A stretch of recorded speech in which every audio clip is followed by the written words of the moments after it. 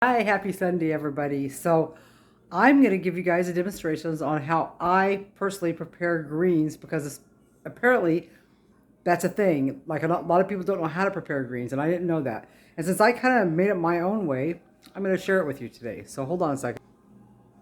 Okay, so I have some dinosaur kale. These are golden beet greens. These are collards, and these are turnip tops. So I'm not going to show you me prepping all of this because this is going to take me probably 45 minutes to get all this prepped. But I will show you a couple of ways how to strip these down and everything and to get them prepped. So hold on just a second. I'll get them in position.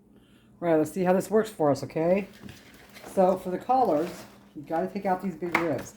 And any of you guys that have followed me for very long knows that I save all my ribs and stuff, and I use them to make my stems and ends, chili, soups, things like that. And just so happens I am making a pot of soup today, so that's where all these will go. So, pretty easy, right? Just take the rib out. I don't really have a place to put these right now. I'm going to show you guys. So it's okay. These, very simple. Cut the stem off. They're ready. Okay, for the dinosaur kale, some people chop up the stem. I can't chew the stem. It's too fibrous for me. So, same thing as I did with the collard. Slice it down amongst the, you should only have this left when you're done.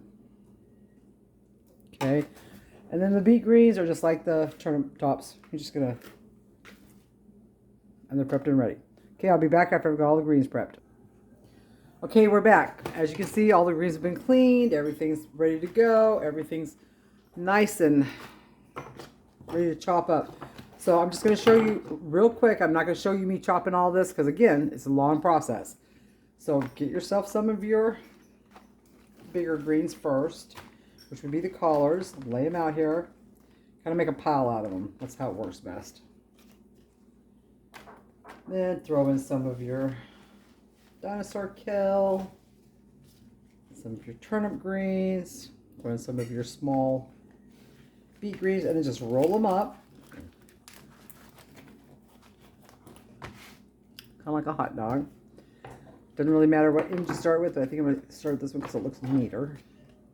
I usually chop that off, and then I'll chop that up later. Chop really skinny strips to start with.